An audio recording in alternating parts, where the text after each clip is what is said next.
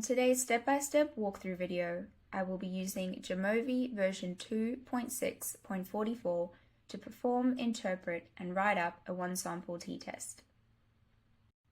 I recommend downloading today's dataset before we begin. You can also access this resource in the Psychology Resource Library. Here we have our dataset within Jamovi. We have a single variable, Instagram time in minutes per day, and we have 15 participants within our dataset. In other words, each row corresponds to a single participant in our study.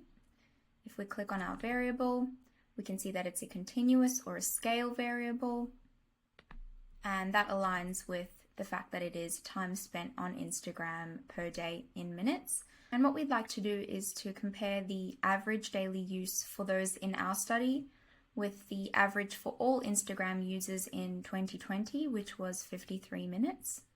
Prior to running our one sample t-test, we want to check the assumption of normality. To do this, we go to Exploration, Descriptives. We move our variable into the variables box. Here below Statistics, we additionally select skewness, kurtosis, and Shapiro-Wilk below normality. You can see that that automatically comes into the results section here in the right-hand window.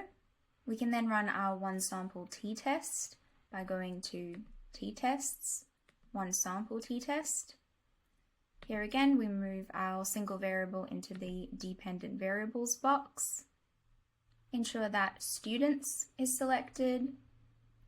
We can keep the hypothesis at the non-directional hypothesis default setting there.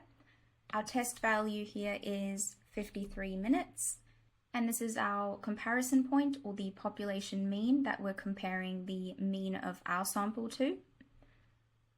Select mean difference, confidence interval, and ensure that's set to 95%, as well as effect size and descriptives.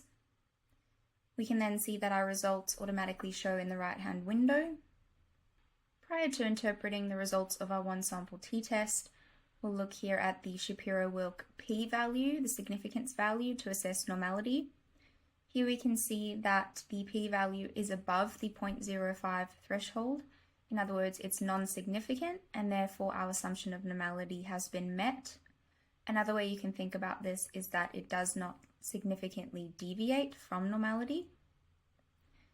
Therefore, we can go on to interpret the results of our one sample t-test.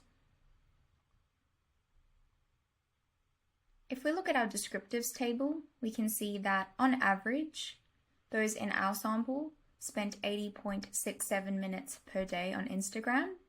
So that is obviously higher than the 53 minutes spent by all Instagram users in 2020. However, to see whether this is statistically significant, we need to look at our one sample t-test table. Here we look at our p-value, and we can see that that is below the 0.05 threshold. In other words, there is a significant difference between the time spent by those in our sample and that spent by average users in 2020. We can see that the mean difference between our sample and the population mean is 27.67 minutes per day. And the 95% confidence interval tells us that we can be 95% confident that the true population mean difference lies between 7.76 and 47.57. The write-up for this test could look as follows. Students in the statistics class spent 27.67 minutes more per day on Instagram than the average of 53 minutes per day spent by all Instagram users in 2020. These 27.67 additional minutes of Instagram time represent a significant difference from the platform-wide average with a large effect size. If we think about the values that we want to incorporate in our write-up, we include the mean difference between our sample and the population mean, or the comparison point, as well as the lower and upper confidence interval. We incorporate the mean and standard deviation of our sample. as well as the 53 minutes, so our comparison point value.